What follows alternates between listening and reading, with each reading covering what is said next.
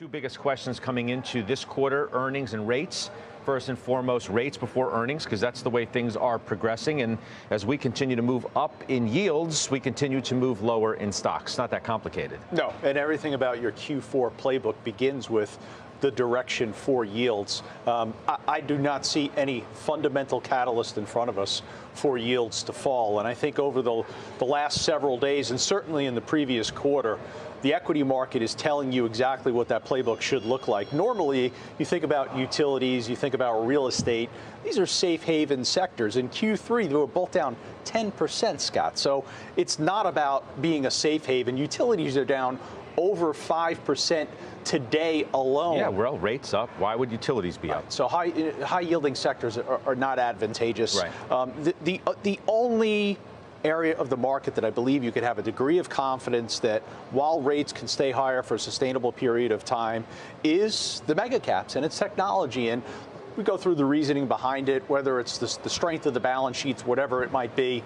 I believe a lot of it has to do with positioning. Over the last 5 days, you've seen that the NASDAQ is actually slightly higher while the Russell, the S&P is down. So it's not coming from financials. Look across financials, they're down 2 to 3% over the last 5 days. Not coming from industrials, they're struggling. Target's down 4% in the last 5 days. Retail's down. NVIDIA's higher 6%, AMD's higher 5% over the last 5 days. When you're thinking about your playbook, that's where I want to have a primary focus because yields are not coming down. All right, so JP Morgan Belsky says challenging risk reward. It remains that way. Lori Calvasina, RBC, not convinced equity weakness is finished. You still have 4550 on the wall for S&P target. That's base case. Yep. Bull case 5,000. Yep. How are we going to get there with rates doing what they're doing? Well, the other two people you talked about have been bearish all year long. And, if you go back and let's just look at history. When the stock market's up more than 15% the first 8 months of the year, only 2 times in history has it been negative for the fourth quarter, 2 times. And the average return is 4% for the fourth quarter. So if you look at that, where we're at 4 or 5%, we get to 45.50. That's right. kind of number one. Number two, the case has been that we think this is all part of a broader normalization phase. Returns are normalizing for the next 3 to 5 years. Yields are going to normalize. Earnings growth is going to normalize. And we think that process has already started. And earnings are going to be better. Number 3 in the third quarter. We've been key on that for a long time.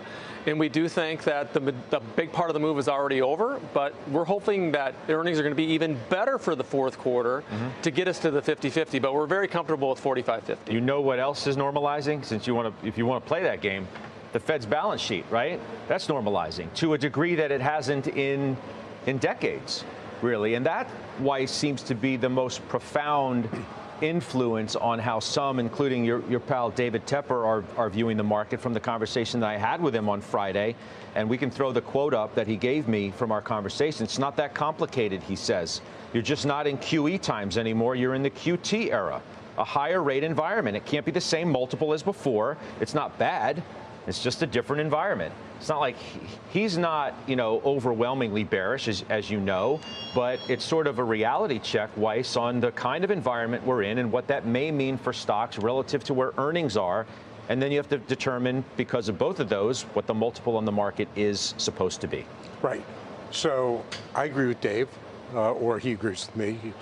The way you want to look at it, Of course, Scott, as you know. We know exactly how to look at it, but proceed. Yeah. Actually, I do too, in full candor. Look, you're in a restrictive monetary environment, not just a little restrictive, a lot restrictive. And then to your point, we've got a lot more supply coming on from the Fed, a lot. So rates are going to go higher. But even if they stay where they are, there's no reason for the market to go higher where they are.